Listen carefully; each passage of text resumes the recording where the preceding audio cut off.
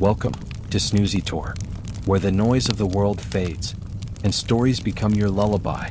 Tonight we travel back to a winter long forgotten. The year is 1888, when a storm unlike any other buried New York beneath oceans of snow. The city silenced, a world brought to its knees. But this is not a story of destruction. It's a story of connection, of hands reaching out through the cold, of candles burning in darkened rooms, of voices whispering, "We're still here." As the snow falls beyond your window, let your thoughts drift with it, slow, weightless, gentle. And as you breathe, let the storm fade away until all that remains is warmth and light and the quiet resilience of the human heart. This is the Great White Hurricane, a tale not of endings, but of how we begin again. The first snow fell like ash that evening, tiny, weightless, harmless, or so it seemed. You could have stood there, hand outstretched, watching each flake melt against your glove and thought, what a gentle night. But the wind was already turning. My name is Elias Whitmore. In the winter of 1888, I was a photographer, 26, curious, and foolish enough to think that beauty was something you could capture before it vanished. That evening, I was standing near Union Square, camera under my arm, chasing the last glow of daylight through the falling white. The lamps flickered to life, and the air carried that faint hum of a city about to sleep. Then came the sound, that low, hollow groan, the kind that rises from the throat of the world itself. The wind shifted east, sharp as glass. The flakes became needles, and within minutes the street vanished behind a curtain of white. Do you know that strange hush, listener? The kind where even your heartbeat sounds loud? I took shelter beneath the eaves of a print shop, fumbling with my camera as the storm grew heavier. The photograph I captured, my last before the world disappeared, showed only light and blur. A ghost of a city devoured by snow. Across the street, a carriage had stopped dead. The horses were trembling, their breath rising like smoke from a dying fire. A man shouted orders no one could hear. Doors slammed. Windows shuttered. The street emptied as if swallowed whole. I thought of turning back toward my boarding house on Bleecker Street. It was only a dozen blocks away, but the wind had other ideas. Within minutes, the snow reached my knees. The air itself hurt to breathe. A woman stumbled from a nearby alley, wrapped in a shawl too thin for the cold, clutching something close to her chest.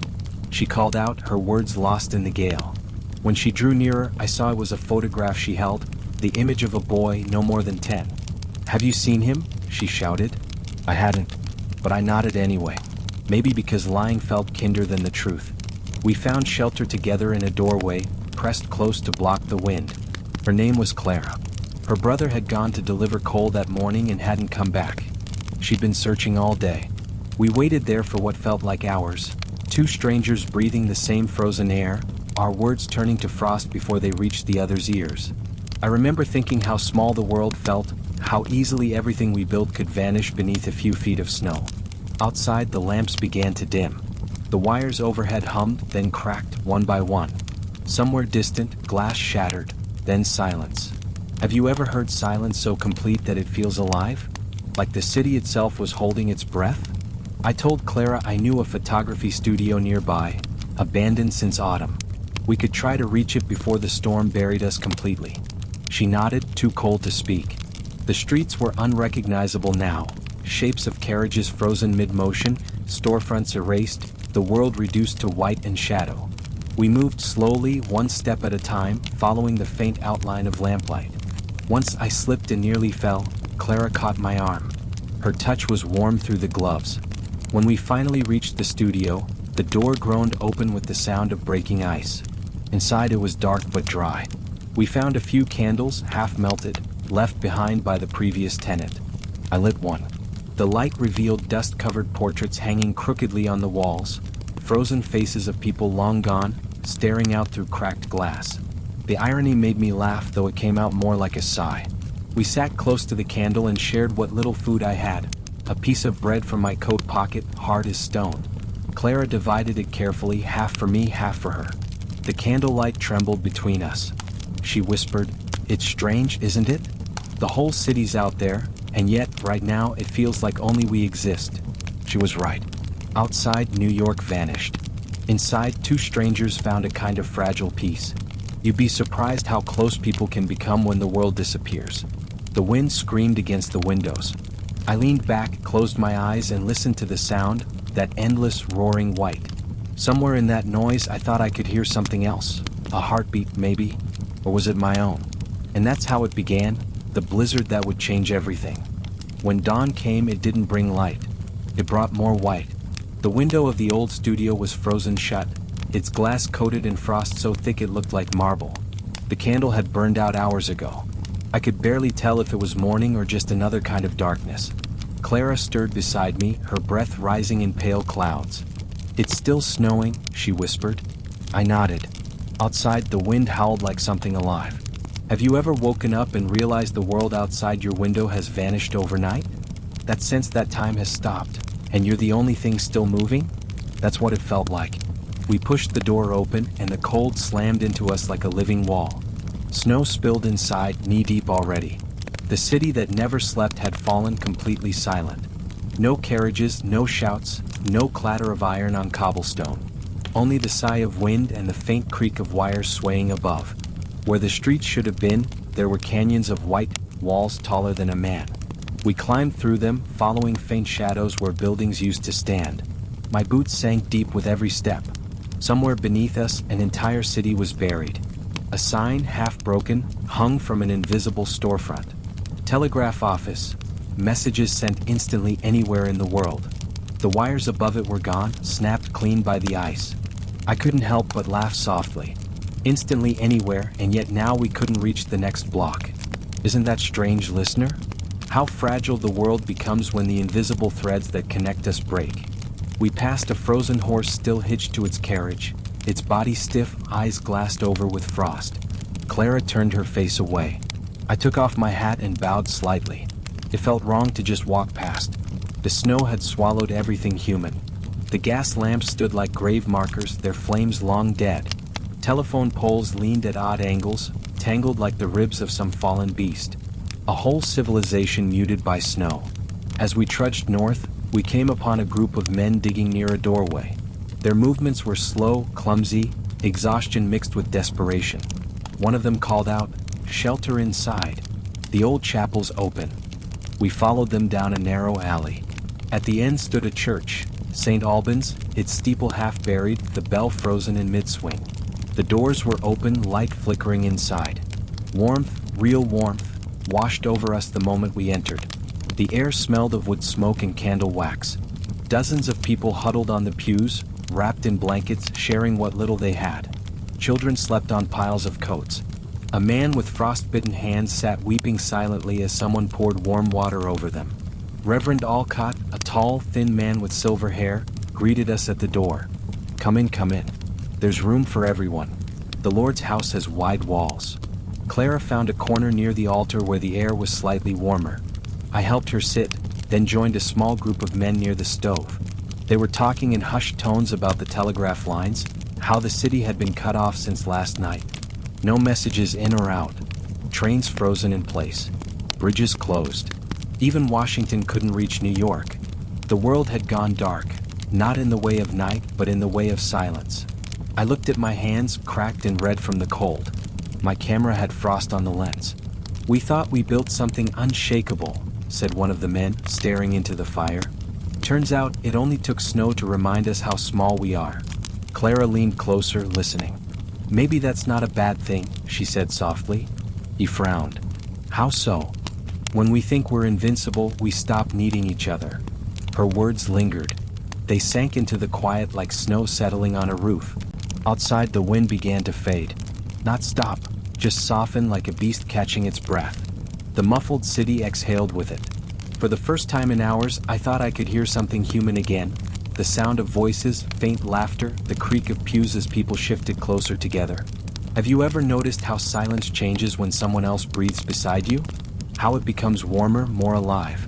That's what happened in that church. No one spoke much after that. We simply sat, sharing the same quiet. The kind of quiet that doesn't empty you but fills you with something wordless. Outside, New York was buried under snow and fear. Inside St. Albans, for a brief moment, it felt like hope. And hope, I think, sounds a lot like the murmur of strangers sharing a single fire. By the second night, the world outside had disappeared entirely. The windows of St. Albans were buried halfway up in snow, turning the stained glass into faint blue ghosts. The candles on the altar burned low, their light trembling against the ceiling like frightened birds. Inside, time lost meaning. We no longer measured it by hours, only by the length of a candle, the rumble of the wind, or the sound of someone breathing beside us. Clara sat near the front pew, holding her photograph close. The boy with bright eyes and a coal-stained smile. Her brother. She hadn't said his name yet, as if speaking it might make his loss more real. I wanted to ask, but I didn't. Sometimes silence is kinder. A group of strangers gathered near the stove. A butcher, a seamstress, a newsboy, and a man in a fine overcoat who looked terribly out of place. They had all been stranded like us. The Reverend moved among them quietly, checking on each soul as if they were all members of the same forgotten family. I found myself wondering, isn't it strange, listener, how disaster can erase the borders between people? Titles, money, class, all of it buried under the same snow. Have you ever felt that kind of equality, born not from kindness but from necessity? The newsboy was the first to speak. My boss said I could make extra selling papers in the storm. He forced a grin, showing a missing tooth. Didn't sell a single one. Nobody wanted to read bad news when they were living in it. The butcher chuckled weakly. You'll have better luck when the city wakes. Everyone will want to know who froze and who didn't. Even the Reverend smiled at that. Grim humor, the kind that keeps people human. Clara had taken off her gloves, her fingers red and raw. I offered her mine, though they weren't much better. She shook her head. You'll need them, she said. Besides, we'll warm each other's hands by the stove. And we did. The heat barely reached our skin, but it was something, the illusion of comfort in a world gone white. When evening fell, a group of men tried to venture out to search nearby streets for the trapped and the missing. They tied a rope around their waists, linking themselves together so they wouldn't vanish into the blizzard. I watched from the door as they stepped into the wind. Within seconds, the rope tightened and they were gone, swallowed by snow as if they'd never been. I closed the door, sealing the cold outside. Inside, someone began to hum. It was a song I didn't recognize, soft, trembling, the kind that sounds like a memory of home. One by one, voices joined in. No words, just hums, rising and falling like breath. Do you hear it in your mind now, listener? That low, human sound, fragile and defiant against the storm? That night, I couldn't sleep. I sat near the door, my coat pulled tight, camera resting on my lap. The candle beside me flickered every time the wind groaned against the stone. I thought of my father, miles away in Albany. Would he know what had happened to New York? Would he be waiting for a telegram that would never come? I imagined him pacing the floor, listening for news that wouldn't arrive, and wondered if anyone would ever come for us. In the dim light, Clara's head rested on the back of the pew. Her face, even smudged with soot and exhaustion, looked calm, almost peaceful. I realized that in a city of millions, I'd never truly spoken to another person the way I'd spoken to her that day. Strangers bound not by choice, but by circumstance. Outside, the wind changed again, howling higher, sharper, like something angry that the world still dared to live. And yet, inside the church, the warmth held. Barely, but enough. If you had been there, listener, if you'd seen those faces half-lit by firelight, heard that small harmony rising against the storm, you might have understood what I did. That even when the city stopped breathing, its people still did. The storm could bury streets, silence telegraphs, freeze rivers solid, but it couldn't stop that sound, that fragile, stubborn heartbeat of humanity. And in that moment I realized we weren't just stranded, we were surviving, together. By the third morning, even the church seemed to shiver. The walls groaned softly as if the cold had found a way inside stone. The fire in the stove burned weak, its light dulled by a layer of ash. Most of the candles had melted down to stubs, their wicks drowning in wax. Reverend Alcott was speaking to a few men near the doorway, his voice low and calm. "We'll have to check the wires," he said. "If the telegraph's still down, no one knows who's alive and who's not." Wires. That word felt almost sacred, the invisible veins that carried voices, messages, hope. I thought of the sign we'd passed the day before, promising instant communication anywhere in the world. And yet now, even a whisper couldn't cross the street. Have you ever thought about that, listener? How thin the thread is that holds the world together, and how quickly it can snap. Clara and I volunteered to go with them. She said she needed to move, to do something other than wait. I think we both did. Outside, the air was glass, each breath like swallowing knives. The snowbanks reached the tops of first-floor windows. We moved slowly, following a half-buried rope line the men had strung the day before. The sky was gray, the kind of gray that hides the sun, the horizon, even time itself. Every few steps, we passed the skeleton of a telegraph pole. Some were snapped clean in half, others bent low under ice as if bowing to something unseen. Long black wires hung between them, frozen solid, thin ropes of silence connecting nothing to nothing. At one corner, a pole had fallen completely, blocking the road. A man in our group, a railway worker, knelt to examine it. The wire was coated in a thick shell of ice, sparkling faintly in the weak daylight. He tapped it gently with his hammer. It cracked like glass. "Dead line," he muttered. "No signal, no current, nothing." A few yards ahead, a horse lay frozen beside its cart, its harness still fastened, eyes half open. Clara stopped, staring. I saw her lips move, whispering something, maybe a prayer, maybe her brother's name. We reached the corner of Lexington and 19th. There, a line of poles still stood, crooked but upright. One man climbed the nearest one, his boots slipping against the icy wood. He shouted down, "The wires are split clean. Ice tore them apart." He pulled a section free and held it down to us. The copper inside gleamed faintly, beautiful even in ruin.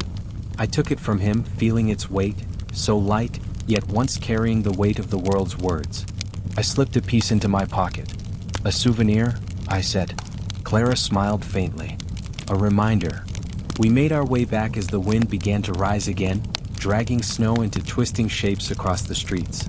At one intersection, we saw the shadow of a man lying half buried. We dug him out with bare hands. His face was pale, lips blue, eyes closed, but he was breathing. We carried him between us, stumbling through the drifts until the church doors opened to swallow us in warmth and candlelight again. The Reverend met us halfway. "Alive?" he asked. "Barely," I said. "Then that's enough." Inside, the others helped us lay him by the fire. His clothes steamed as they thawed. Someone handed me a cup of hot water. I hadn't realized how cold my fingers were until they began to sting. The man we'd rescued stirred at last, eyes fluttering open. His voice was a rasp. "Thank you," he whispered. I nodded, too tired to speak. And as I looked around that dim, smoky room, the flicker of firelight on tired faces, the sound of children whispering, the low hum of survival, I realized something. We had no wires, no telegraph, no electricity. And yet, we were connected more than ever. Maybe, listener, it's only when the world goes silent that we finally hear each other. Later that night, I sat near the window, tracing the outline of the frozen city beyond the frost. Every spark of light, every breath of warmth, human, fragile, stubborn. The Reverend said the storm might ease tomorrow, but I wasn't sure I wanted it to, because inside the storm, strangers had become something else, a kind of family. When morning came, the wind had stopped. Not faded, not weakened, stopped. The kind of silence that presses against your skin so deep it feels alive. We woke slowly, as if afraid that sound itself might break something fragile. The fire in the stove had burned out in the night, leaving a faint scent of smoke and ash. Around me, people still slept where they had fallen, wrapped in coats, newspapers, even curtains pulled from the chapel windows. Clara was already awake. She stood by the door, staring through a narrow slit of light between the boards. Her hair, tangled from sleep, caught the faintest glow from the outside. "It stopped," she whispered. We opened the door together, careful not to wake the others. Outside, the city was unrecognizable. New York had turned to marble. Streets buried beneath white ridges, rooftops fused into soft curves, lampposts rising like frozen reeds from an endless sea. Even sound seemed trapped beneath the snow. The air was sharp and clean, tasting of metal and quiet. "Do you hear that?" Clara asked. I listened. Nothing. No bells, no hooves, no shouting vendors. Only the soft crunch of our boots, the first sound the city had heard in days. Have you ever stood somewhere familiar and realized it's become a stranger? A street you've walked your whole life suddenly feels like another planet. That's what it was like. We moved slowly, stepping over snow drifts that reached my waist. Signs peeked out like fossils. Bakery, apothecary, telegraph office. Words half swallowed by white. A trolley car lay frozen mid-turn, its windows coated in ice. Inside, rows of seats empty except for a hat, resting neatly where someone must have left it in a hurry. A few blocks away, we found the remnants of what had been a market. Stalls crushed under the weight of snow, barrels of apples frozen solid, their skins split open like glass. I picked one up. It was beautiful, perfect, a piece of time preserved in ice. Clara smiled faintly. It looks alive. Everything does, I said. It's just asleep. A sound broke the stillness, distant, faint, metallic. We turned toward it. Footsteps. 4 figures moved through the haze, 2 men, a woman, and a child wrapped in scarves. They saw us and waved. I waved back and soon we met halfway. They were from the next street over, a grocer's family who had been trapped in their basement since Monday. We thought no one else was alive, the woman said, tears freezing on her cheeks. We led them back toward the church, cutting a narrow path through the snow with our feet. Every few steps, Clara would turn back and look around as if expecting someone else to appear. Another lost soul, another survivor. When we reached St. Albans, the Reverend met us at the door. More of us, he said softly, helping the child inside. Good. Keep them coming. That afternoon, the church was full again. People thawing, weeping, whispering. Someone found a kettle and melted snow for tea. Someone else handed out bread from a frozen crate they dug up. And through it all, a quiet rhythm emerged. Footsteps outside, the creak of the door, the sound of life returning. Isn't it strange, listener, how quickly the human heart remembers warmth? How after so much silence, even the smallest voice can sound like music. That night, as I lay beside the cold stove, I wrote in my journal, "The city sleeps beneath a white ocean, but somewhere beneath all this, its pulse is still beating." Clara leaned over to read the words. She smiled. "Then we just have to listen for it," she said. And in the hush that followed, we both did. Somewhere far away, a bell began to ring, one single note carried across the frozen streets. For the first time since the storm began, I believed we might see the sun again. It started with a sound so faint I thought I was dreaming.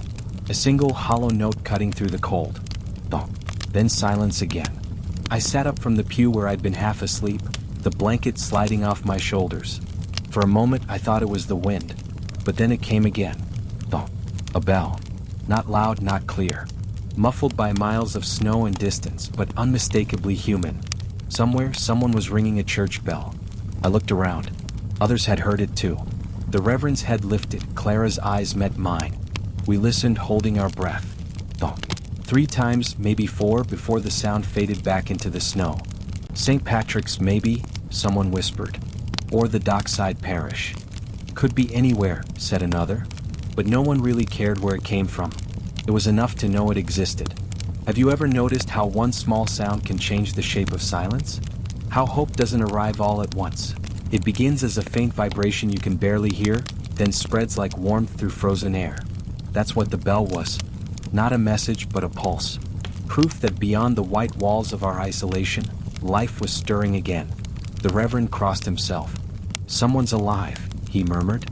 "Someone's telling the city to wake." Clara smiled. A real smile this time, not the brittle kind we'd been wearing all week. "It's beautiful," she whispered. We stepped outside. The air was still, the storm finally broken. The clouds hung low but thin enough for sunlight to bleed through in faint gold streaks. For the first time in days, the world had color again. The bell rang once more. Louder this time. Clear. The sound seemed to bounce off the frozen buildings, carrying further than it should have been able to. Thump.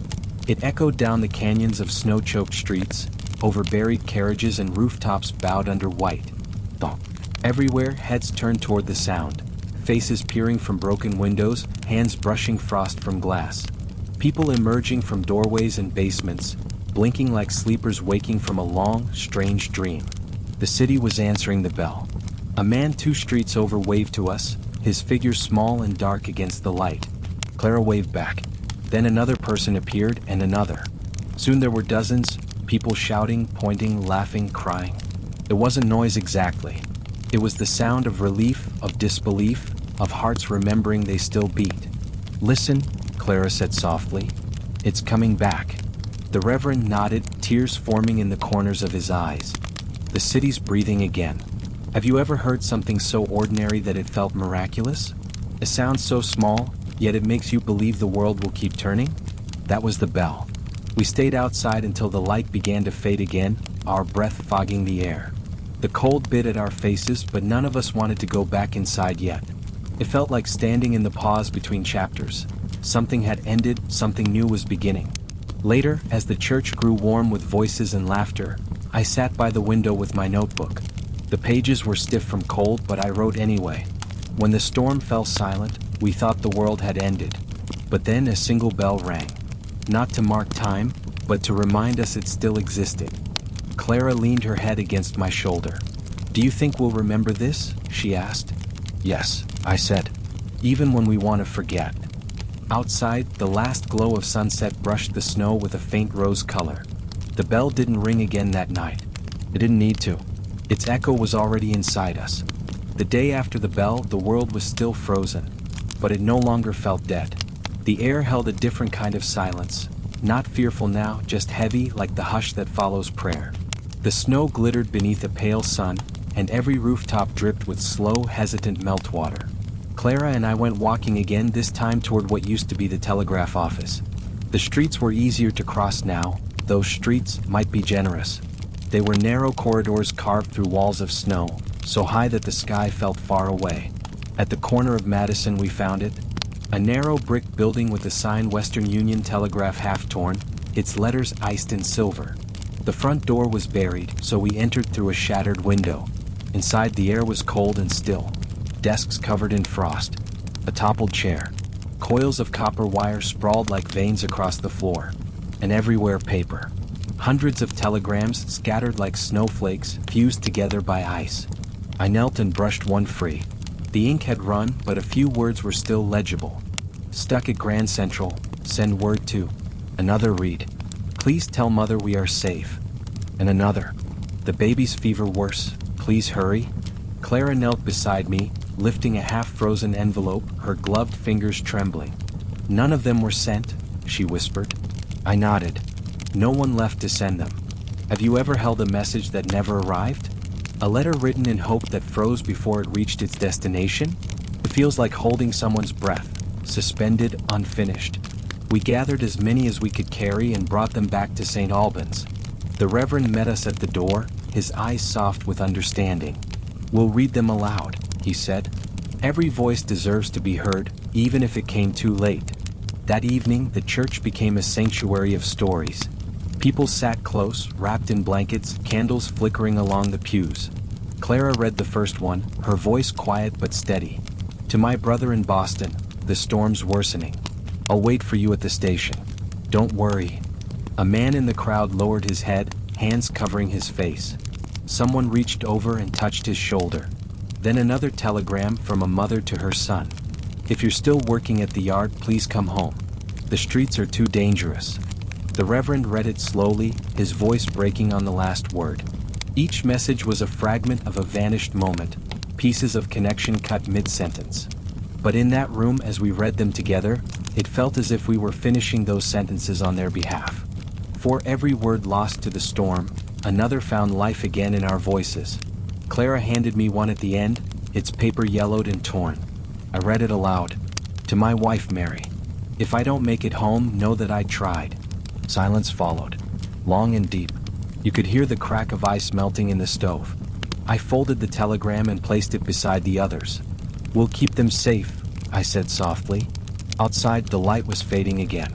Snow began to fall once more, gentle this time, like an echo of what had been. Have you ever noticed how snow can sound like forgiveness when it falls quietly enough?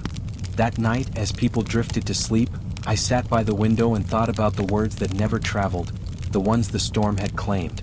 It struck me that maybe none of them were truly lost, because even if the message never reached its destination, the act of writing it meant someone believed connection still mattered. And maybe that belief, that stubborn faith in being heard, is what keeps the world from going completely silent. By the fourth night, something had changed in the air. You could feel it, a faint warmth under the cold, a tremor in the silence, as if the city itself was drawing a long, slow breath.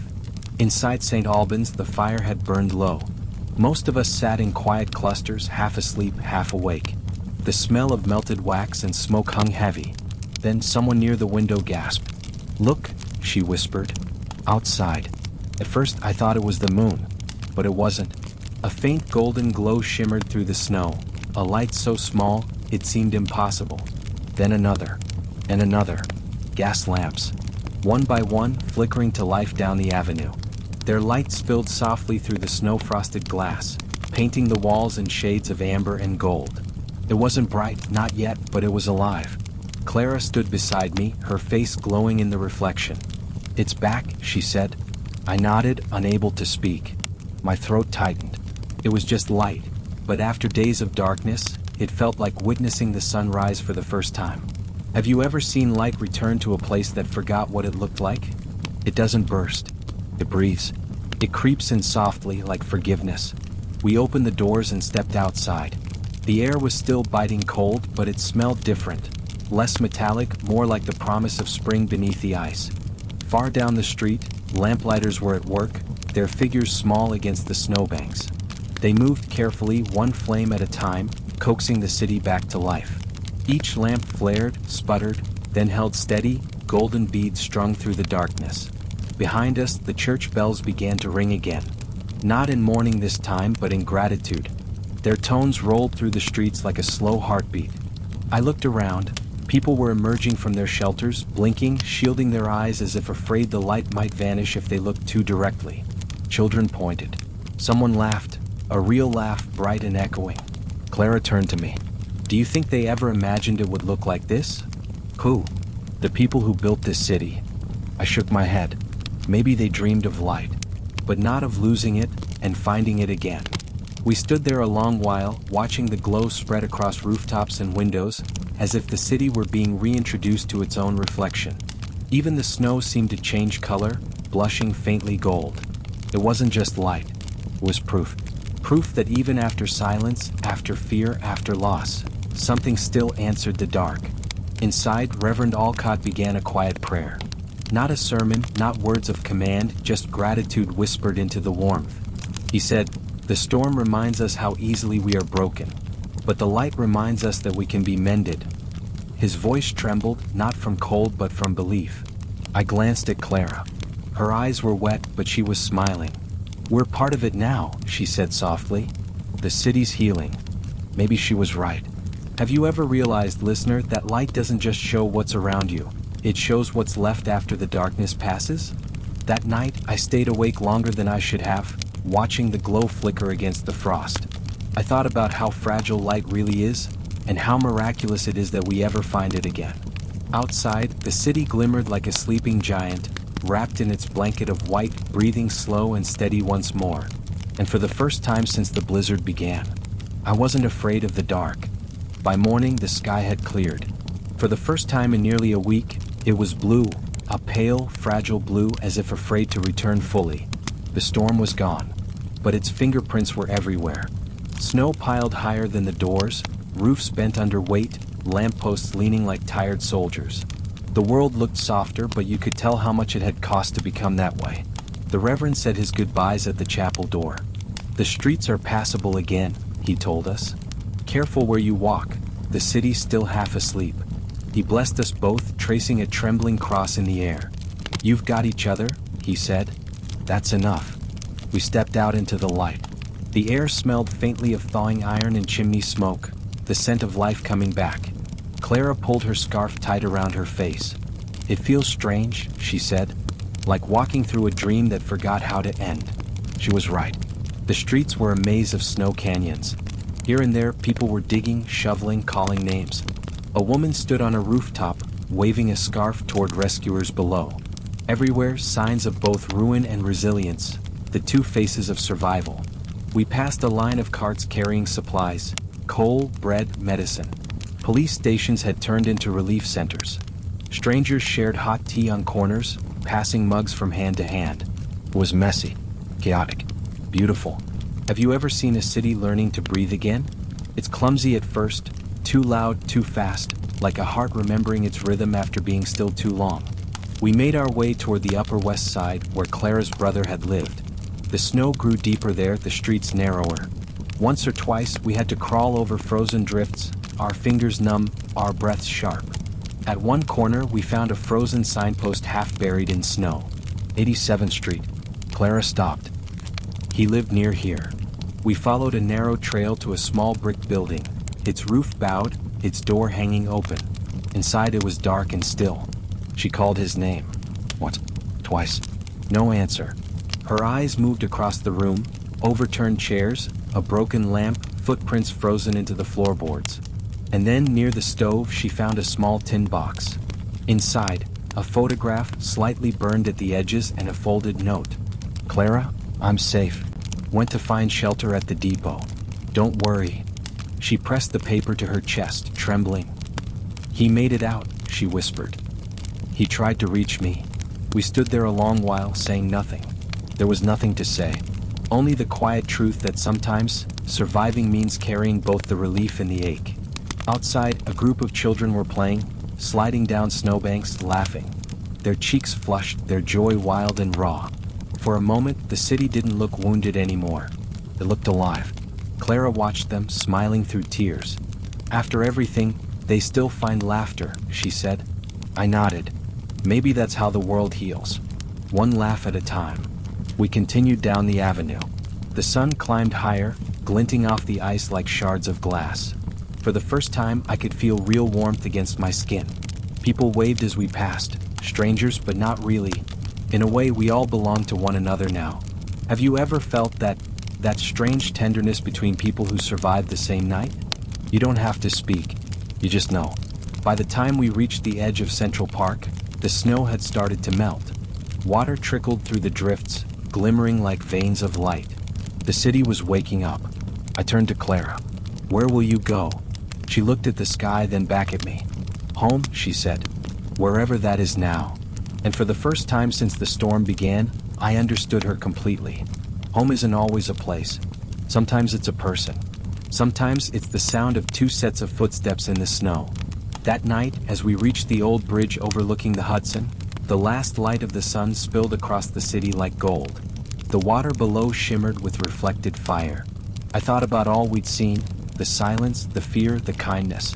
The storm had stripped the city bare, and beneath all its iron and stone, it had revealed something fragile and beautiful. Connection. The bridge creaked softly beneath us as we crossed, and as the snow melted around the railings, I thought, maybe this is what survival sounds like. The faint, steady dripping of thaw. The quiet rhythm of two people walking home. By Sunday, the city was breathing again. Not evenly, not easily, but enough. The great storm had finally loosened its grip, leaving behind a city glazed in glass and silence. The streets, once unrecognizable, were now dotted with movement. Men hauling snow, women carrying coal, children dragging sleds made from broken crates. And everywhere I saw kindness. Not grand, not loud. Quiet kindness, the kind that doesn't make headlines but holds the world together when everything else falls apart. A policeman pushing an old woman's cart through the slush. A grocer handing out apples from his last crate to hungry children. A tailor offering his shop as shelter for those who'd lost their homes. Have you ever noticed, listener, that kindness doesn't announce itself? Just happens. It's the sound of a door opening in the cold, a hand offered without being asked. Clara and I walked through the lower streets that afternoon, where the snow had turned to rivers. The city looked both ruined and reborn, like a painting half-scrubbed clean. Near the harbor, we found a group of dock workers repairing a telegraph pole. Their gloves were soaked, their faces red with cold, but they were laughing as they worked. One man looked up and grinned. Wires are coming back to life, he said, bit by bit. Clara smiled. So are we. He laughed. I miss and maybe faster than the wires. We kept walking. Past a baker kneeling to feed stray dogs. Past a carriage driver using his own coat to warm a shivering horse. Past a child handing half his bread to a stranger without a word. The city that had been a machine of steel and money in motion now felt human again. Slower, softer, alive. That night, as the lamps flickered across the skyline, I found myself standing at the same corner where I'd first met Clara. The storm had taken so much, yet somehow what it gave felt deeper. She stood beside me, her hands tucked into her coat. It's strange, she said quietly. When everything stopped, people started seeing each other again. I nodded. Maybe we needed to forget what we were to remember who we are. She turned to me, smiling faintly. You sound like a writer. Maybe I'll become one, I said. Write about this. About how the world froze and kept its heart beating anyway. She laughed softly, the sound like a bell carried on wind. Have you ever realized how beauty sneaks into the quietest places? In the hush after a storm, in the way snow glows under lamplight, in the way people look at each other when they've been through something together? The next morning, the streets began to hum again. Wagons creaking, vendors shouting, church bells chiming. But beneath it all, there was something new in the city's rhythm. A softness, a shared pulse. In time the snow would melt. The wires would hum again. The trains would run, the factories would roar, and New York would return to its familiar noise. But those of us who lived through that week, we would remember. The silence, the light, the kindness. Later that night, as we walked along the river, I turned to Clara. When people talk about the great blizzard one day, they'll speak of the cold, the death, the destruction. She looked at me. And what will you tell them? I thought for a moment. I'll tell them the truth, I said. That when everything stopped working, people started working for each other. She smiled. City of kindness, she whispered. The wind picked up again, gentle this time, carrying her words across the dark river. City of kindness. I wrote it down in my notebook. Maybe that's what we were all trying to build. Not just a city of lights or steel or wealth, but one of kindness. And as the lamps flickered along the frozen water, I felt something warm take root inside me. The kind of warmth that doesn't fade when the fire dies. Monday morning came with a sound we hadn't heard in a week. Not a bell, not the whisper of wind, but something deeper. A low, distant rumble. At first it was faint, almost like thunder trapped under snow. Then it grew louder, steadier, rhythmic. Clara looked up from the fire. Do you hear that? I did. My heart was already answering it. That's no storm, I said. That's a train.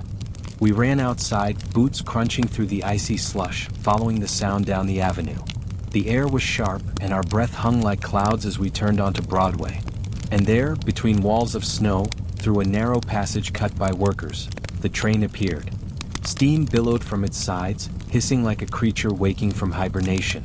The engine was coated in frost, the black metal glinting with sunlight.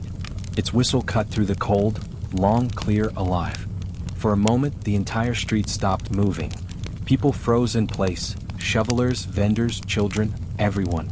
Then, as if on cue, they began to cheer. It wasn't loud at first. Just a few voices, then more, then a rising roar that filled the air. Hats waved. Hands clapped. Someone laughed through tears. The first train since the blizzard. The first sign that the city had reconnected with the world. Have you ever witnessed a sound that felt like relief? That's what the whistle was. The sound of connection returning, of distance shrinking again. The conductor leaned out from the window, grinning through a mask of soot. Tracks are clear to Jersey, he shouted. More trains will follow by nightfall. The word spread through the crowd like fire. People began hugging, strangers shaking hands, children jumping up and down in the snow.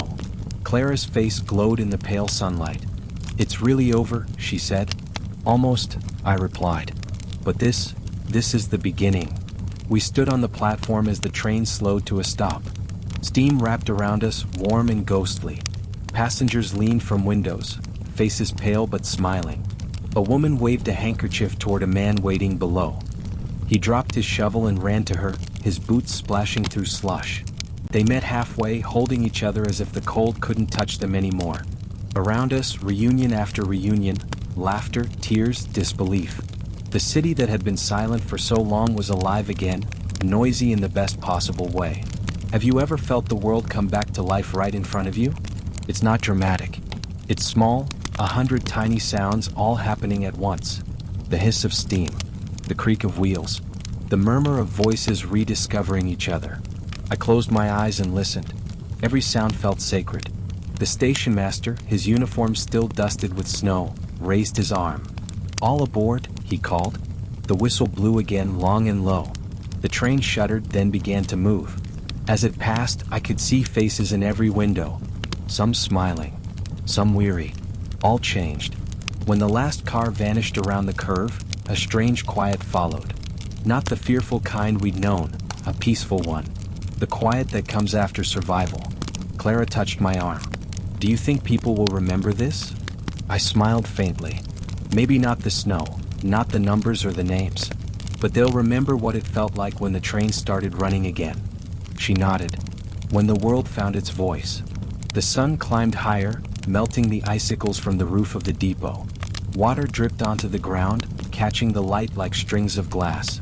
And as the steam faded into the sky, I thought, maybe healing doesn't arrive all at once. Maybe it comes one whistle, one step, one heartbeat at a time. The city had been still. Now it was moving again. And so were we. By evening, the city glowed again. Not bright, not fully alive yet, but glowing the way embers do after the fire's gone quiet. We made our way south toward the river.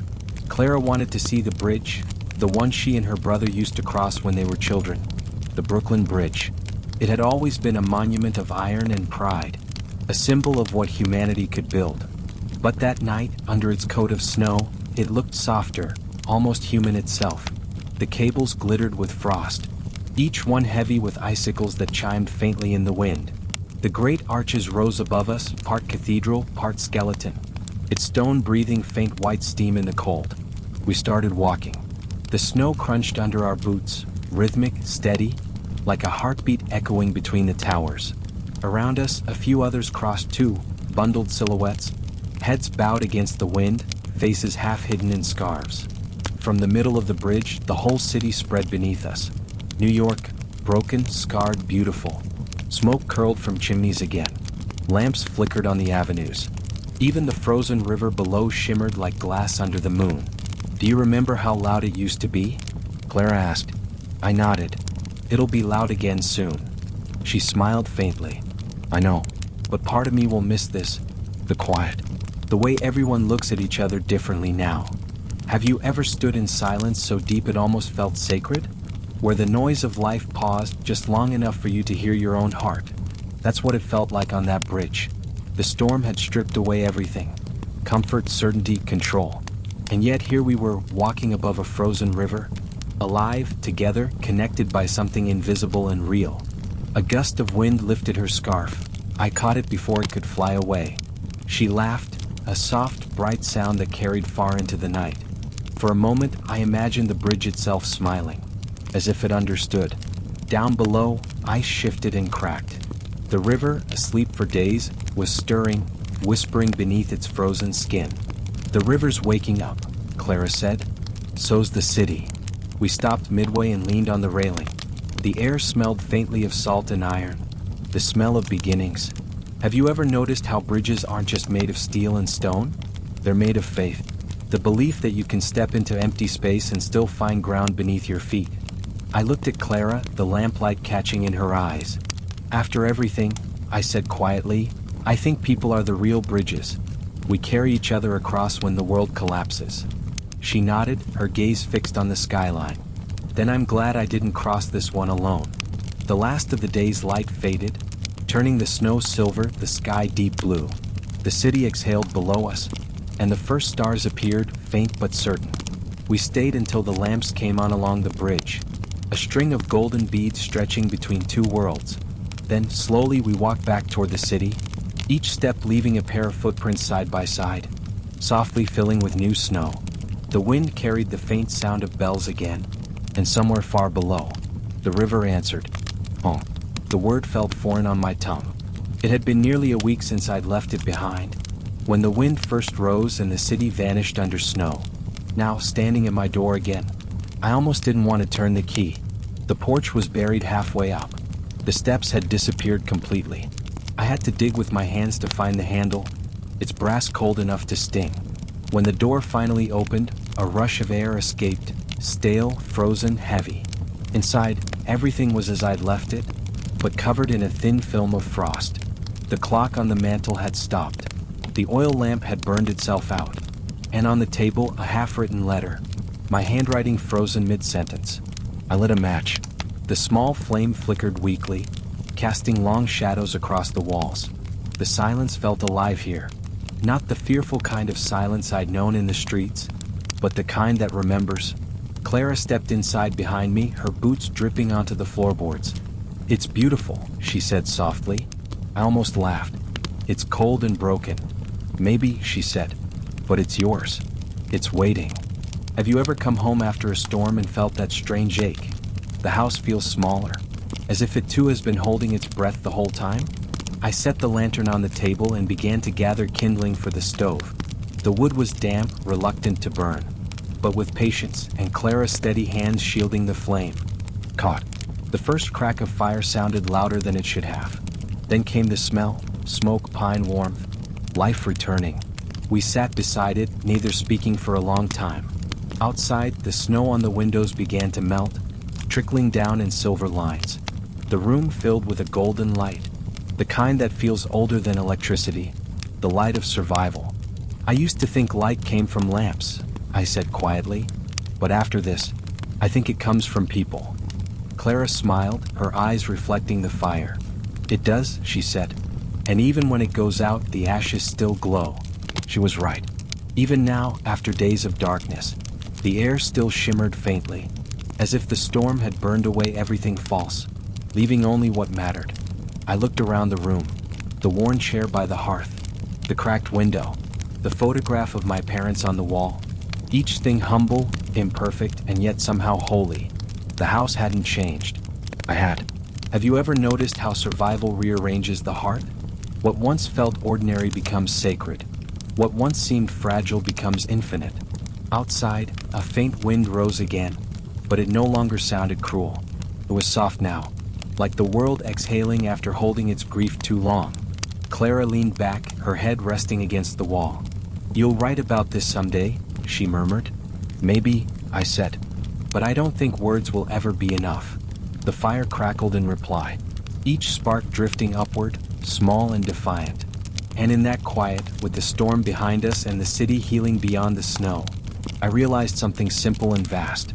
We had been through the dark, and we had carried the light with us all along.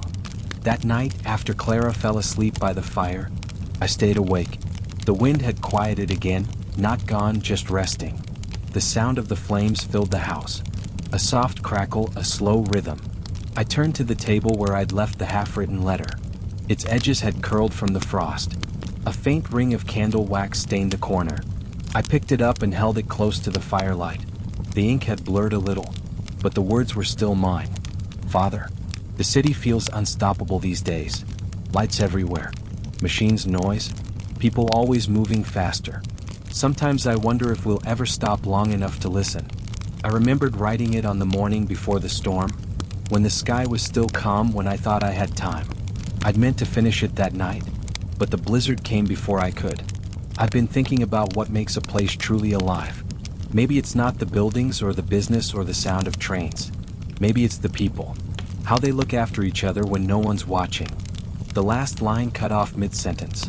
My pen must have run out of ink, or maybe the wind had rattled the window just then. The first warning of what was to come. I traced the final word with my thumb, feeling the ridge of frozen ink beneath my skin. Have you ever found a message from your past self? One that feels like it was written for you to read later, when you'd finally understand it? That's what this letter was. I smiled, a small, tired smile. The boy who'd written those words had no idea how true they would become. He hadn't seen strangers share their last bread by candlelight. He hadn't carried another person through snow so deep it erased streets. He hadn't learned yet that silence could be holy, or that kindness could outshine any lamp. But I had. I added one last line to the page. The ink ran unevenly, but the words felt right. You were right to raise me to believe in people, Father. When the lights went out, they were all I could see. I folded the letter carefully, slid it into its envelope, and placed it on the mantel beside the photograph of my parents. The house seemed warmer somehow, as if the fire had understood. Clara stirred in her sleep, murmuring something I couldn't make out. The glow from the stove brushed her face, soft, steady, human. Outside, the snow had stopped falling completely.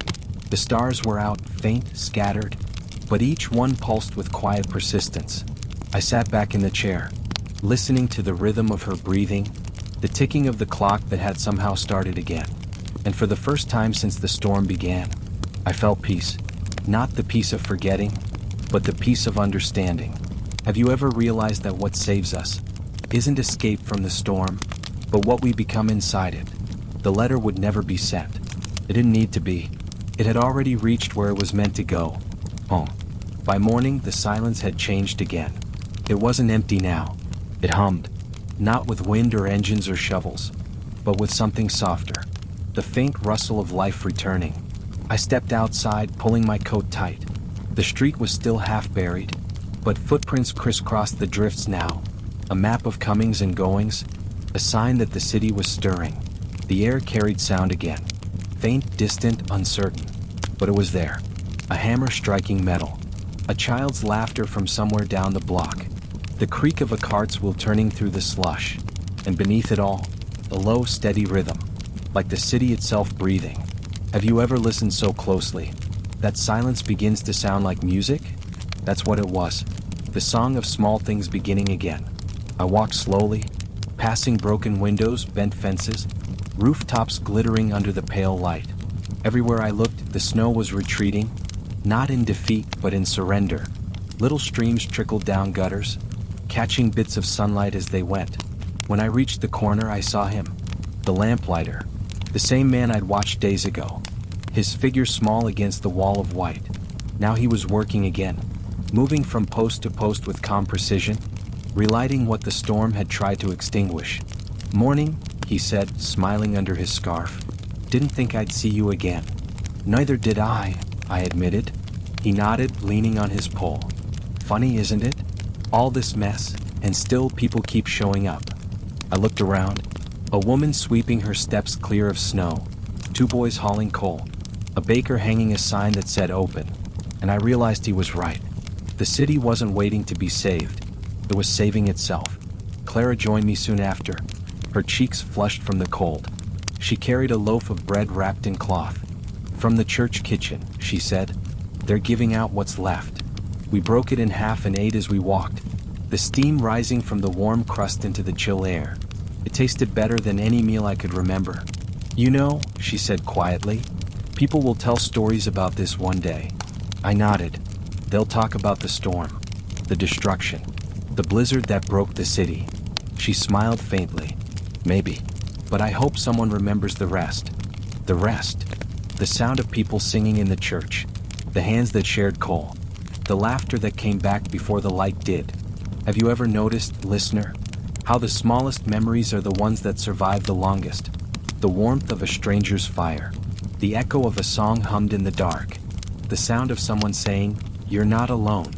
That's what the city was now, a collection of echoes beneath the snow. Every voice, every kindness, still there, waiting to be uncovered when the thaw came. We reached the square by midday. The snow had begun to melt faster there, and for the first time the cobblestones showed through. Children were skating on the thin ice that covered the fountain, their laughter rising into the pale sky like birds. The lamplighter's glow followed us as we walked. Each post he touched came alive again, and in the growing light, the city didn't look wounded anymore. It looked reborn. I turned to Clara and said, "I think we'll hear these echoes for the rest of our lives." She smiled. "Good. Some sounds are worth remembering." The wind picked up again, carrying the faint chime of melting icicles. It wasn't the roar of the blizzard anymore, just a whisper that said, "Keep going." And as we walked through the shining streets, I realized something beautiful. The snow hadn't buried the city. It had preserved it, like a photograph, like a memory we weren't meant to forget. That evening, for the first time in days, the church bells rang not for prayer or warning, but for supper. The Reverend had called for a communal meal, whatever food people could bring, shared between whoever showed up. Bread, potatoes, salted meat, even a few jars of jam that had somehow survived the storm. Clara and I carried what we could.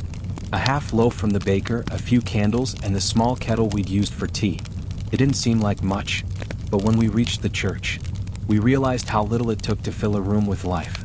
The pews had been pushed aside, blankets spread across the floor. Children played in corners, their laughter rising like music. The air smelled of smoke, soup, and melted wax. And under it all, something human. Warmth. Have you ever noticed, listener, how warmth isn't just a temperature? It's a presence. It has weight, like an invisible blanket that settles over everyone in the same room. We sat among strangers who no longer felt like strangers. A policeman beside a seamstress, a banker beside a laborer, A widow beside a boy who'd lost his boots in the storm. No one cared who had been rich or powerful or important. For one evening we were simply people. Equal in hunger, equal in gratitude. Someone began passing bowls down the line. Thin soup but hot. Steam rose and drifted through the candlelight. Clara took hers carefully, her fingers trembling a little. "It's funny," she said, smiling softly. "Before the storm, I never noticed how good warmth smells." I nodded. "It smells like survival." She laughed quietly. "And a little bit like onions." We both laughed then, the kind of laughter that sneaks out of exhaustion. Not because something's funny, but because you finally feel safe enough to laugh again. The Reverend stood at the front of the room. He didn't preach. He didn't even raise his voice. He just said, "Tonight we share what the storm could not take." No one clapped, but the silence that followed was full of something larger than applause. It was full of thanks. Have you ever eaten with people you barely knew, and yet felt like you belonged among them? That's what that night was. As we ate, people began telling stories. Not about the worst of it, but about the strange, quiet beauty they'd found inside the storm. The grocer who took in strangers. The boy who carried coal door to door for free. The widow who lit candles for houses that had none. Every story was a thread, and together they wove something new. A tapestry of memory, bright and heavy with meaning. Clara leaned close, whispering, "It's strange, isn't it? How tragedy makes people remember how to be kind." I looked around at the faces glowing in firelight. "You think we'll keep it?" She hesitated, then nodded. "For a while. And maybe that's enough." Outside, the snow glowed faintly under the lamplight, soft as wool. The sound of spoons against bowls echoed gently, a rhythm of small comforts. Later, as the night deepened, someone began to hum a hymn. Then another voice joined. Then another. Until the whole room was singing, low, steady, imperfect, but full of life. It wasn't a song of sorrow. It was a song of warmth, of presence, of people remembering what it means to belong.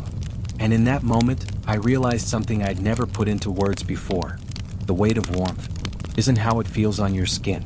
It's how it lingers in your chest, long after the fire has gone out. By the end of that week, New York no longer looked like a wound. It looked like a scar. Something healed, something earned. The snow had begun to melt for real this time. Not in trickles, but in rivers. You could hear it everywhere, the soft rush of water sliding down gutters, the steady drip from rooftops, the gentle hiss of thaw, and beneath it all, the sound of people rebuilding. Hammer strikes, wagon wheels, the creak of ladders against brick. Every street seemed to hum with motion. It was strange to think that just days ago, this same city had been silent, buried, broken, breathless.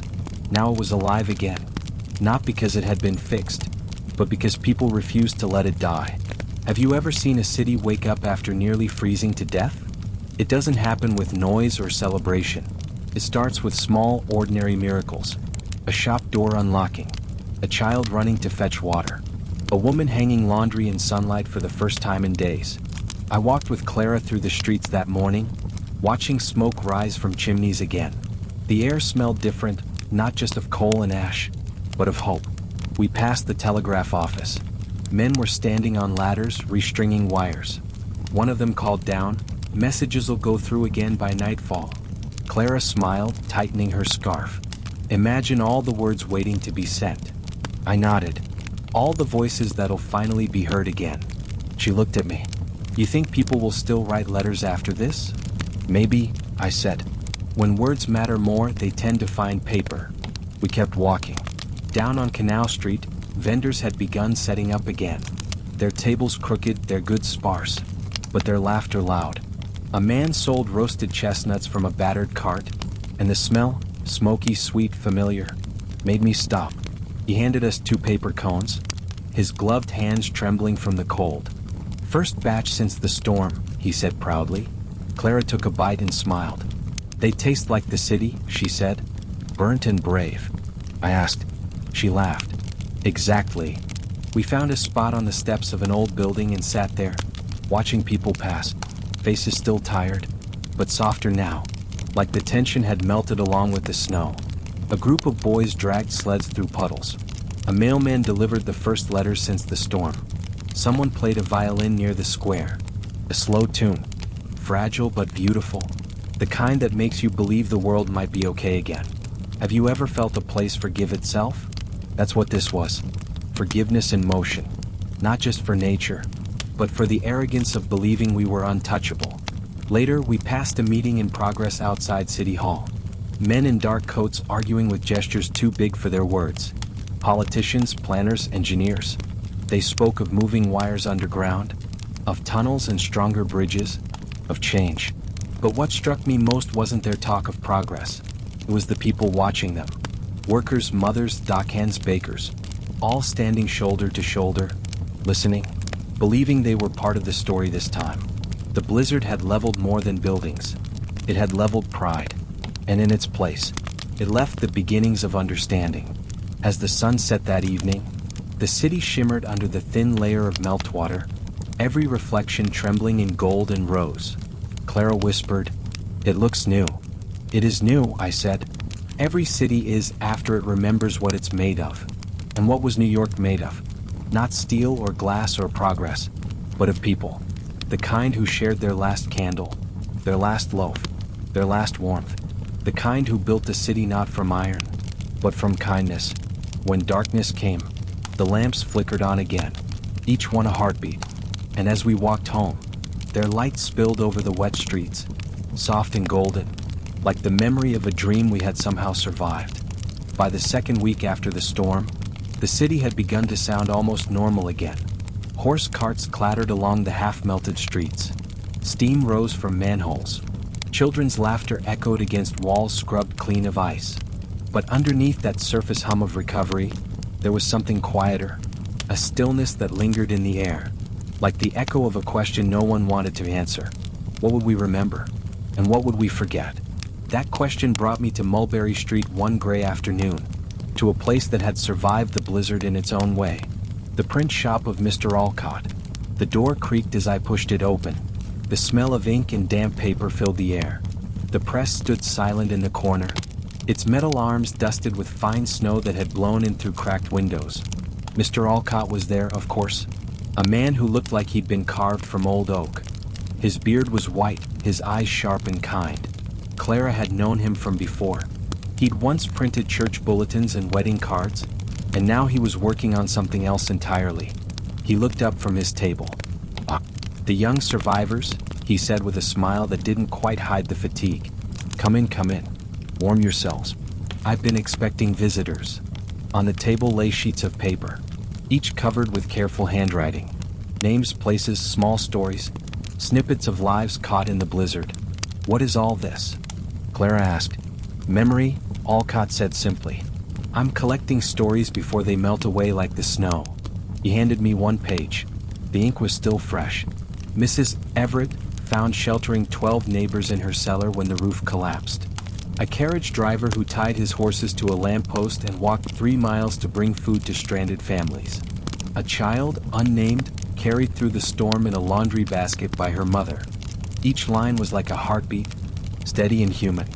Alcott sighed. Newspapers will write about the storm, the damage, the money lost. But who will remember the people who shared their last candle? I looked around the shop.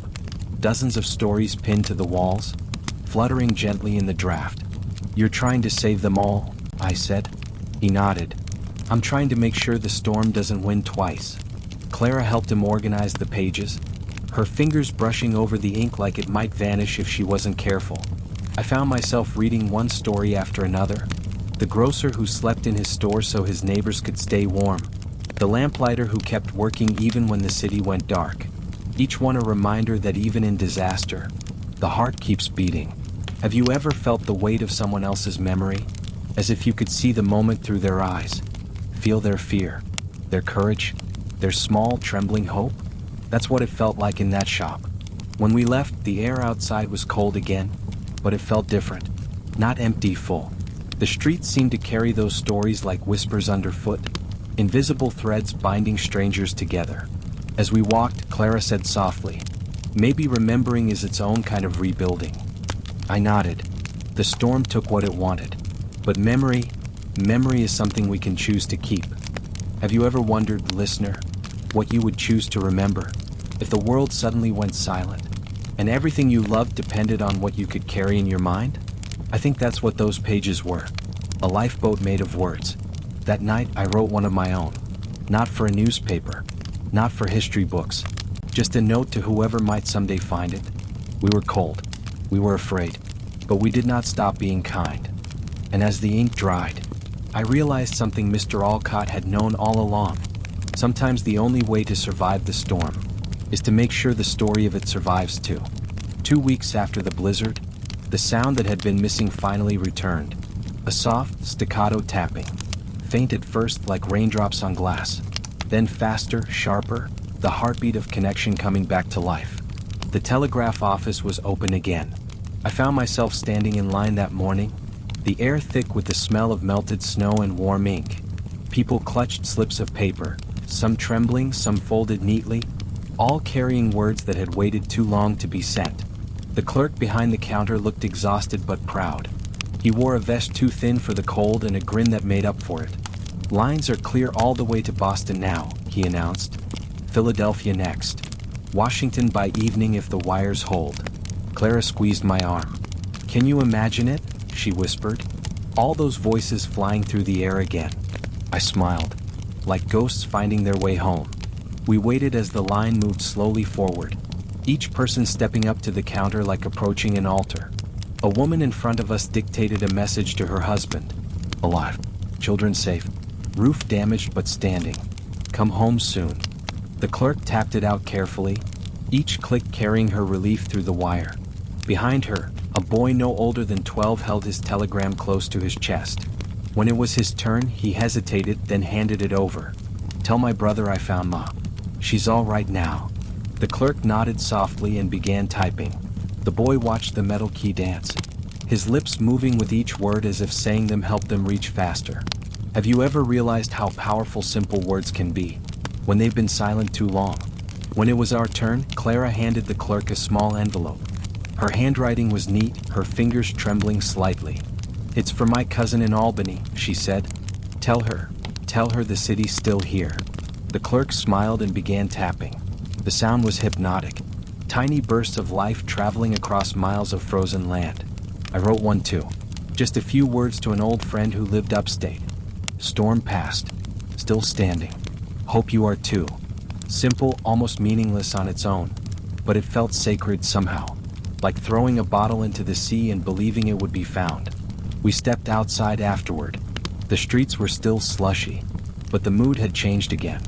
Men shouted greetings across intersections. Children chased each other with snowballs. And somewhere above us, pigeons circled in slow, uncertain loops, as if the city's heartbeat had called them back. "Do you hear it?" Clara asked. "The wires." "No," she said. "The feeling. Like the city's remembering how to talk again." I listened. The hum of conversation. The rhythm of footsteps. The steady pulse of life.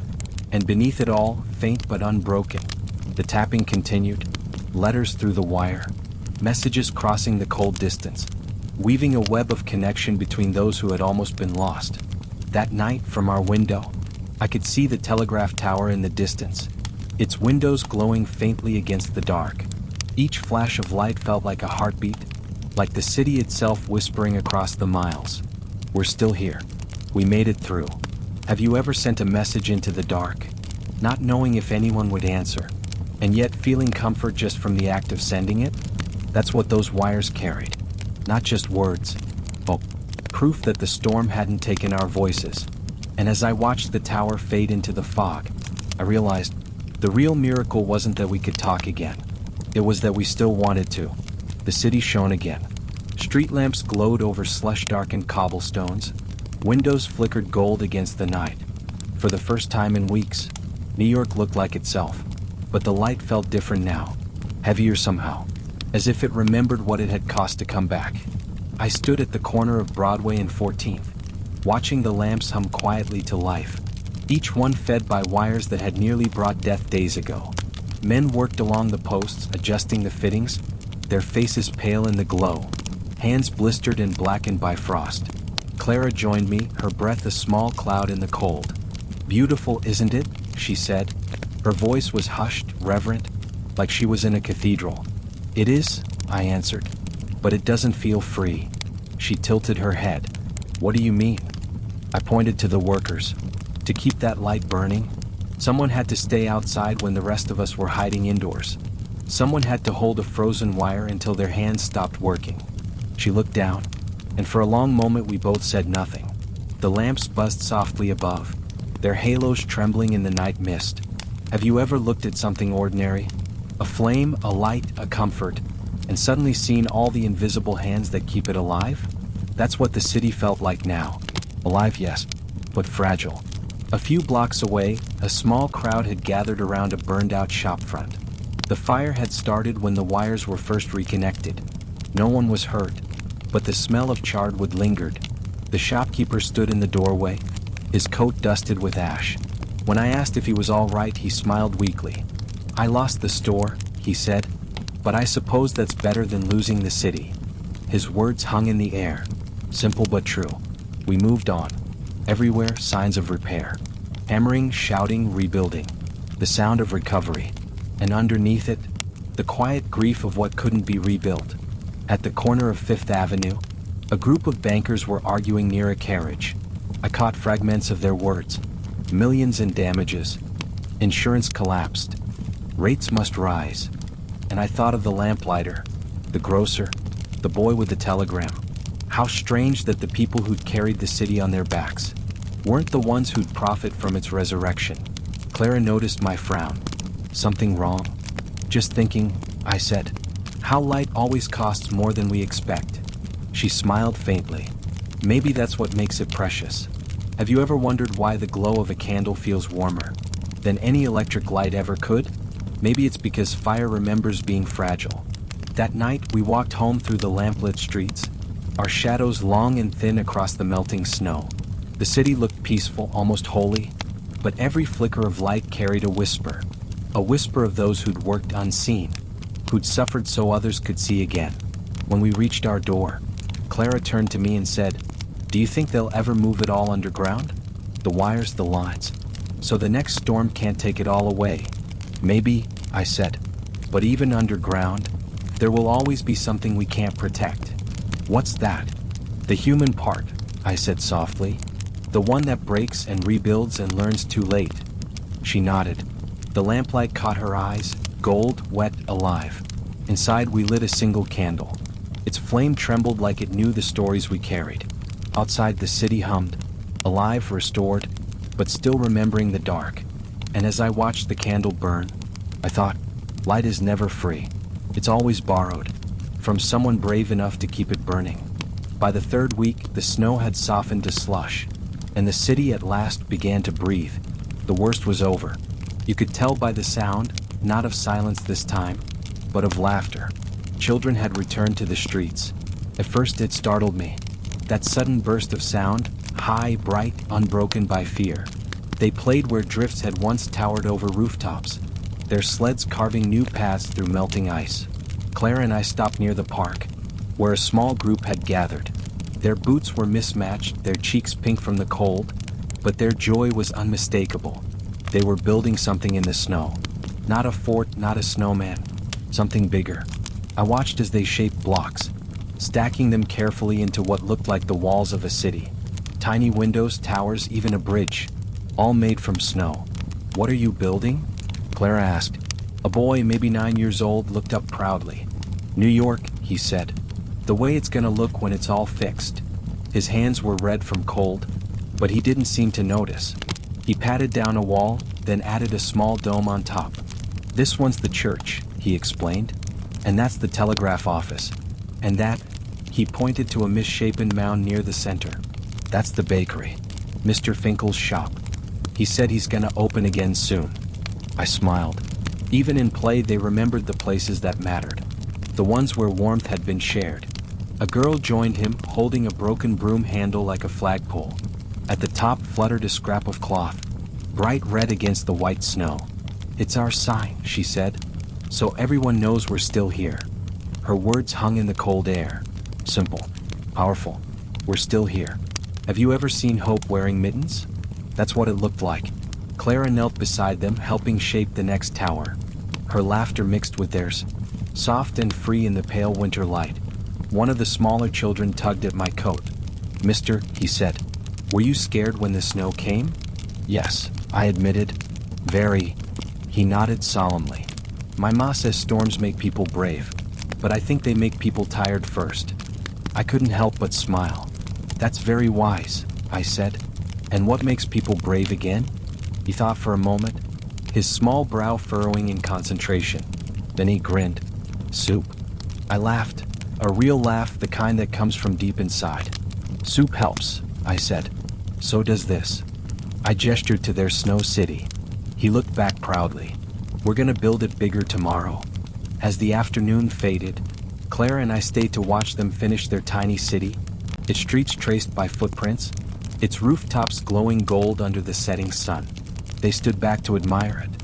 A cluster of children with chapped lips and shining eyes, their breath rising like smoke into the sky. "Maybe the real city will look like this one day," Clara whispered. "Maybe it already does," I said. "Just hidden beneath all the snow." The children waved as we left, their laughter following us down the street. Have you ever heard joy echo off melting ice? It sounds like bells in springtime, soft, far away, but certain. That night, as we sat by the fire, I thought about those children. They didn't know the storm the way we did. They'd forget the fear, the cold, the silence. But maybe that was the point. Maybe every generation needs to forget a little so they can dream again. Outside, the snow glistened under the moonlight, and somewhere in the distance, I imagined the children's city, small towers of snow, standing bravely against the night. The days grew longer, not by much, a minute here, a few breaths there, but enough to notice. By mid-March, the snow had lost its sharpness. What had once been walls of white now sagged into soft, glistening hills, their edges blurred by sunlight. The air itself felt different, warmer, alive. You could smell the change before you could see it.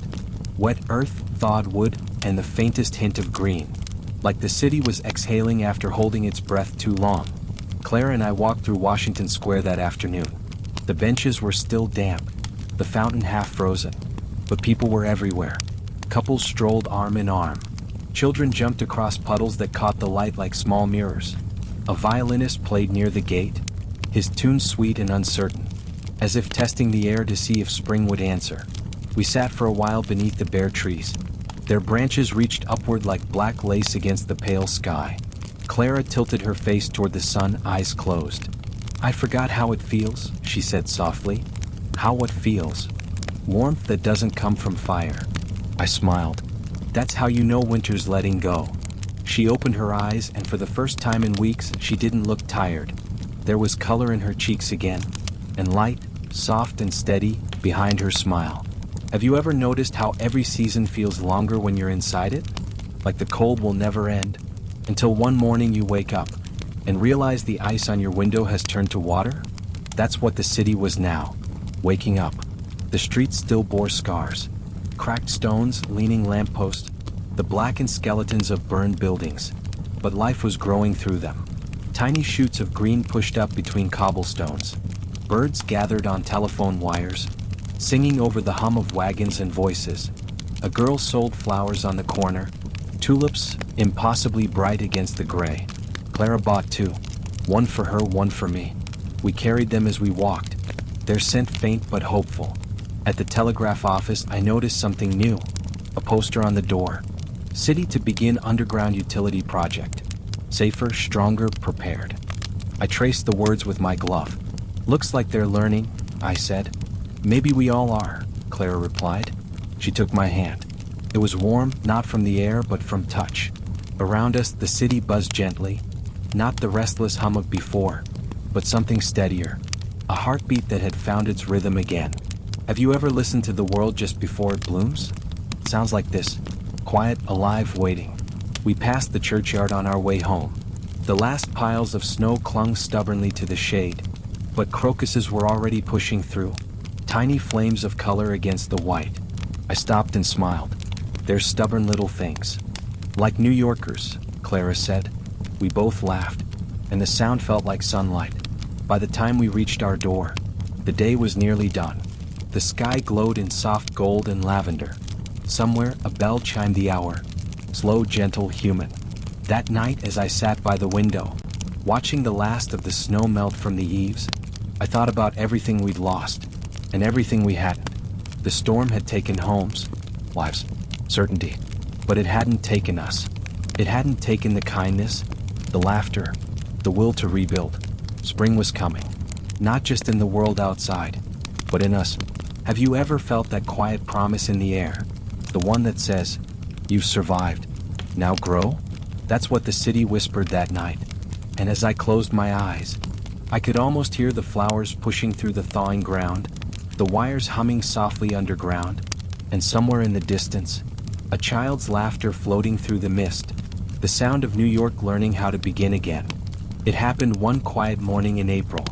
The sky was pale blue, washed clean, the kind of morning that smells of rain and new beginnings. Clara was still asleep when I stepped outside. The air was soft, almost warm, but a strange stillness hung over the street, as if the city itself was holding its breath. And then I saw it, a single flake of snow, drifting lazily through the sunlight. Just one. No others followed. It spun slowly, almost uncertain, as if it had taken a wrong turn on its way down from winter. I lifted my hand and it landed on my glove. A perfect star, tiny and impossibly fragile.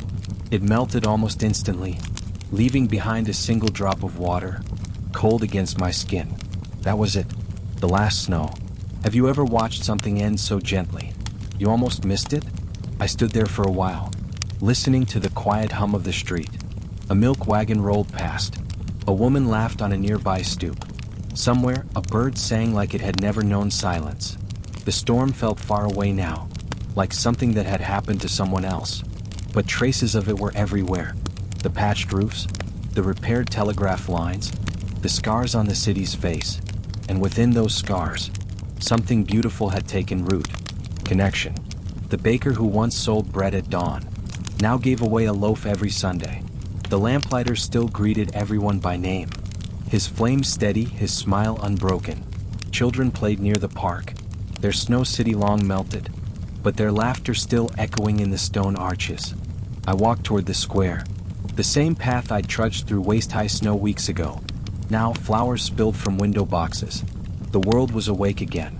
When I reached the church, I found Reverend Alcott there, the same man who had gathered stories after the storm.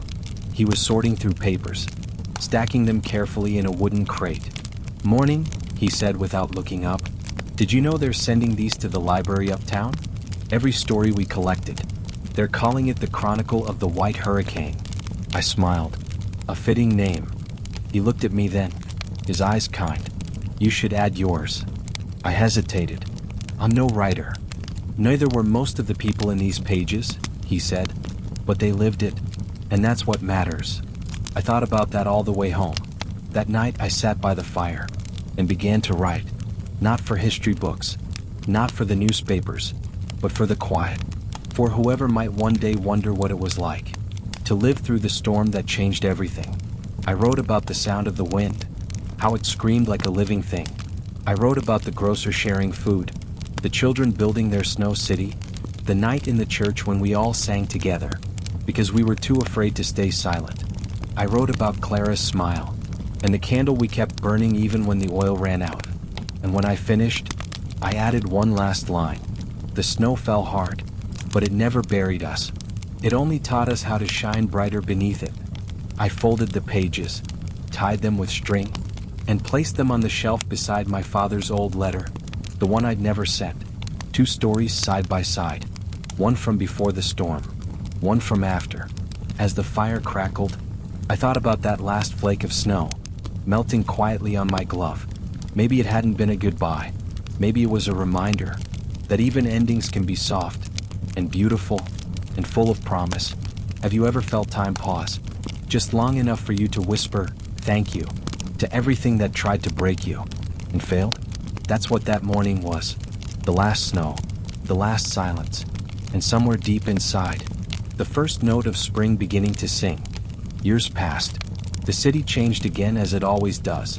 The streets that once drowned in snow now pulsed with light and motion. New buildings rose where the old ones had fallen. The sky was busier, filled with smoke, with voices, with dreams. And beneath it all, The subway rumbled, a heartbeat carved into the earth, born from the lessons of the storm. I grew older, though I hardly noticed it happening. The years have a way of softening, blurring together like snow melting into water. Clara and I moved north to a smaller house with a view of the river. She still keeps a candle by the window, not out of habit now, but remembrance. Every spring when the ice breaks, I take the same walk down to the old square. It looks different now, wider, cleaner, louder. But if you listen closely, you can still hear it. The faint echo of laughter, the memory of a city learning how to begin again. Sometimes I stop by the library. They keep the chronicle of the white hurricane on the second floor, in a quiet room that smells of dust and time. The pages have yellowed, but the words haven't faded. I found my own story there once, the one I'd written by candlelight all those years ago. Someone had underlined a single line in pencil. The snow fell hard, but it never buried us. I never learned who did it. Maybe a student, maybe a dreamer, maybe someone who needed to believe that survival meant more than endurance. Have you ever realized that everything you leave behind, your words, your kindness, your memory, becomes someone else's lantern in the dark? That's what I think about now. Not the storm itself, but the light it sparked in the hearts of those who lived through it. One evening, years later, I was walking home from the square when I saw a young man helping an old woman cross a puddle. He offered his arm with a quiet smile, like it was the most natural thing in the world. And I thought, there it is again. That same kindness, that same warmth, still passing from hand to hand, generation to generation. At home, Clara was waiting by the window. The sky had gone soft with dusk, and the city lights flickered on one by one. We sat together without speaking, watching them glow. She reached over, took my hand, and said, "It's strange. I can't remember the sound of the storm anymore." I smiled. That's all right. Maybe the city remembers for us. Have you ever noticed how memories fade from your mind, but remain in the world, in the way a street curves, or the way light falls through a window? That's how I think of the blizzard now. Not as something that ended, but as something that became part of everything that came after. The laughter of children in spring, the hum of trains beneath the ground, the glow of lamps on wet streets, all of it, echoes of that long, cold week in 1888, when the world stopped, and then, miraculously, started again. As I close my eyes tonight, I can still feel it, the warmth of her hand, the quiet rhythm of the city beyond our walls, the whisper of wind that no longer carries fear. And somewhere deep beneath the streets, I imagine the wires humming, still carrying voices through the dark, reminders that we're never truly alone, even when the storm comes. Because what we leave behind isn't just buildings or books or light, it's each other. And that's how the story ends, softly, like the snow that started it all.